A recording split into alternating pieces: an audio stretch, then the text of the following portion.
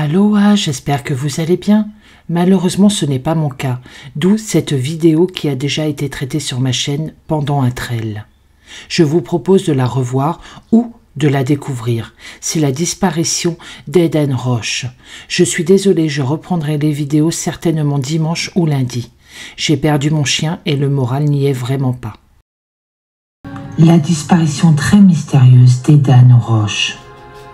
Cette affaire de disparition inquiétante concerne cette fois-ci un jeune alpiniste britannique, randonneur hors pair très expérimenté, jouissant d'une excellente condition physique, qui a mystérieusement disparu en Suisse, dans le massif alpin, tout près du sommet de l'Égère, le jeudi 22 juin 2023.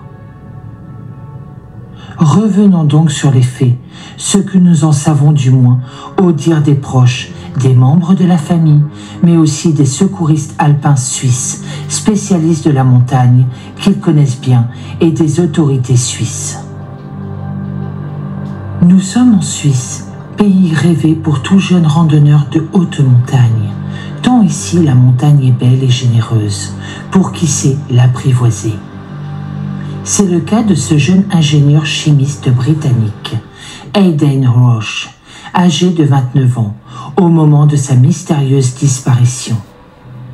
Il est originaire de Milstein-Borough, en Grande-Bretagne, où il a passé toute son enfance et sa jeunesse. Vivant à Leeds, il doit y retourner au retour.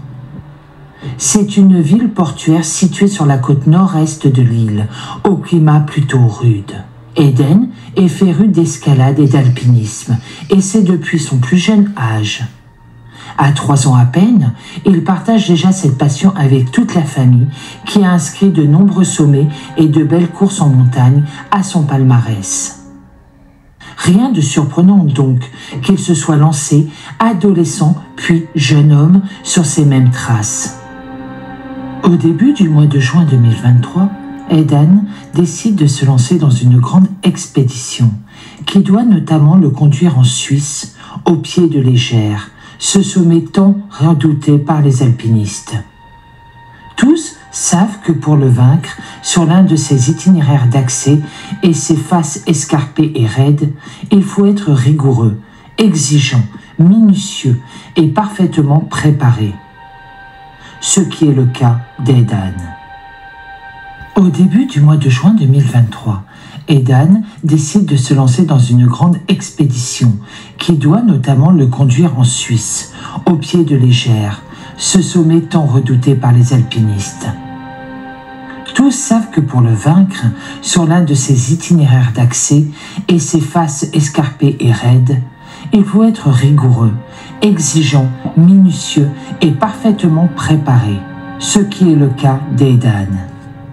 L'Égère est l'un des 3 principaux sommets de l'Oberland bernois, en Suisse. L'Égère, le Monk et la Jungfrau sont les 3 sommets qui dominent le paysage, près du village de Gridenwald. Si la Jungfrau, à 4158 mètres, est certes la plus haute des 3, mais l'Égère, à 3967 mètres, est une destination d'escalade plus prisée et plus connue, en raison de ses difficultés et de ses aspects typiques d'escalade et de randonnée. Le jeudi 22 juin 2023, il arrive en Suisse, dans la région de l'Oberland, là où se dressent l'Égère et son massif. Il en est à son 12e jour de voyage depuis son départ. Bientôt, il lui faudra opérer un demi-tour et repartir vers le Royaume-Uni, le séjour touchant déjà à sa fin. Et c'est de là qu'il enverra les derniers messages à sa famille depuis son téléphone portable. Après cela, plus rien. Le téléphone ne répond plus. Il est coupé. Cela sera vérifié et étudié plus tard, dans le cadre d'une enquête minutieuse menée par les enquêteurs de la police cantonale et fédérale suisse et transmis aux autorités britanniques demanderesses. Mais la moisson de renseignements, malgré tout, sera pauvre. Il en sera de même de son camping-car, découvert, normalement stationné sur un parc de stationnement de départ de randonnée, non verrouillé, ce qui est étrange et inexpliqué.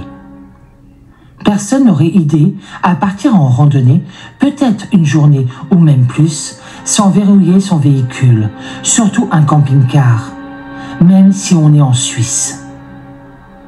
Les enquêteurs pourront retracer avec détermination et minutie la dernière randonnée d'Aidan ce jour-là.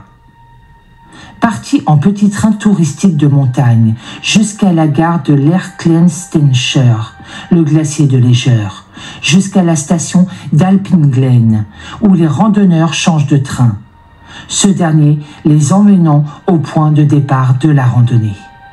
Le sentier de Léger que parcourait Aidan ce jour-là était considéré comme un itinéraire classé, modérément difficile. Ce n'est pas de l'escalade pure et dure, mais cela requiert tout de même quelques aptitudes à la montagne, un souffle régulier et un pas alerte.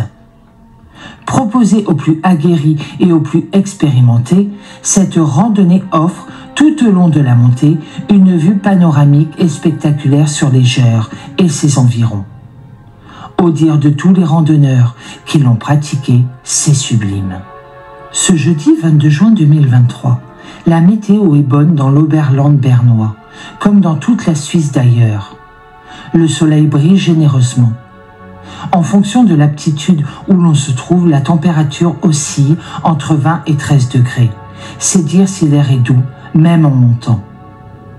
Et cette météo exceptionnelle fera venir ce jour-là de très nombreux randonneurs et promeneurs sur ces sentiers entourant le massif de Léger. Preuve en est les parcs de stationnement saturés dès 10 h du matin. Mais, en fin de journée, Aidan Roche ne reviendra pas à son camping-car. À la nuit tombée, son camping-car restera seul sur ce parc de stationnement du village de Grindenwald, désormais déserté. À compter de ce jour maudit, plus personne ne le reverra vivant. Plusieurs jours après sa disparition, le camping-car inquiète les randonneurs qui forment une grande famille d'entraide et de secours entre eux, et l'alerte est finalement lancée auprès des autorités cantonales. Il est officiellement déclaré disparu à la fin du mois de juin 2023. Alors, pendant 5 jours continus, des recherches vont être organisées par les autorités cantonales et fédérales suisses. Entre-temps, la famille restée en Grande-Bretagne avait, elle aussi, donné l'alerte chez eux en Grande-Bretagne, alerte pas venue jusqu'en Suisse. Des unités de police locales, des unités spécialisées dans le secours en haute montagne, des chiens pisteurs, une équipe policière de pilotage de drones, parcourront la région, sillonneront tous les sentiers connus, survoleront tous les endroits où les randonneurs habituellement gravissent la montagne, s'arrêtent, se restaurent, se reposent. Mais rien ne sort de ces investigations. Arrivés rapidement en Suisse, sur les lieux même de la disparition de leurs frères, Connor Roche, 32 ans, et Niall Roche, 31 ans, ont essayé, pendant 15 jours, de retracer l'itinéraire de leur frère ce jour de juin où il a donné des nouvelles pour la dernière fois. Ils ont même loué un hélicoptère sur des fonds privés. Ils feront imprimer des affiches distribuées dans toute la Suisse, solliciteront les stations-service, les commerces, les lieux de passage et de villégiature où il aurait pu passer. Mais toutes leurs tentatives échoueront. Au début du mois d'août 2023, sa famille se décidera à publier les dernières vidéos qu'Aidan aurait prises avant sa disparition. Une vidéo de quelques minutes, prise à 11h36, heure suisse 100 ans, sur la place Roche, tout près du village de Grindenwald, au pied même de Léger. Des amis diront eux aussi que ce sont les dernières séquences qui leur ont été envoyées. Dans l'une des vidéos, Aidan balaie le paysage alentour et s'arrête un instant sur l'image d'une femme, inconnue de tous, portant une casquette de baseball. Elle est assise sur un banc et l'observe également. La famille publiera également les derniers messages SMS envoyés par Aidan peu avant sa disparition, à un ami anonyme, lui aussi inconnu de tous. Message où il a écrit notamment « Bonjour, je devrais être à Grindenwald dans environ 2 heures. suivi d'une photo de la vue depuis le sentier et de son message final. Je suis encore assez haut, je te reverrai au camp. C'est un mystère de plus car personne ne connaît cet homme à qui ce message a été expédié. Personne ne savait non plus, mais il est majeur qu'il avait un rendez-vous ici en Suisse. Peut-être est-ce tout simplement un rendez-vous dû au pur hasard. Le 21 juillet 2023, les 2 frères et les autres membres de la famille ont dû se résigner à quitter la Suisse et à rejoindre la Grande-Bretagne. Ils essaient alors de concentrer leurs recherches sur les divers endroits où les photos et les vidéos ont été prises et d'où les derniers messages ont été envoyés.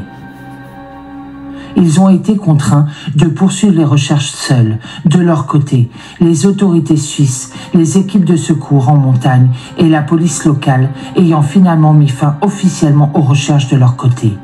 Toutes les options ayant été épuisées. Aidan restera recherché et sa découverte sera signalée, mais l'enquête n'ira guère au-delà.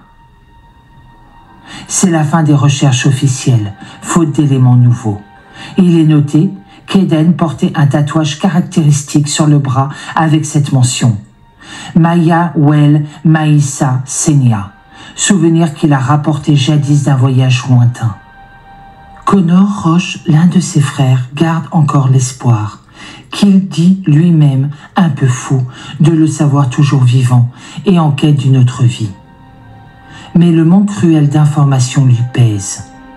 Comme d'autres membres de famille de disparus, il imagine alors tout, échafaude tout, un tas d'hypothèses, dont certaines sont invraisemblables.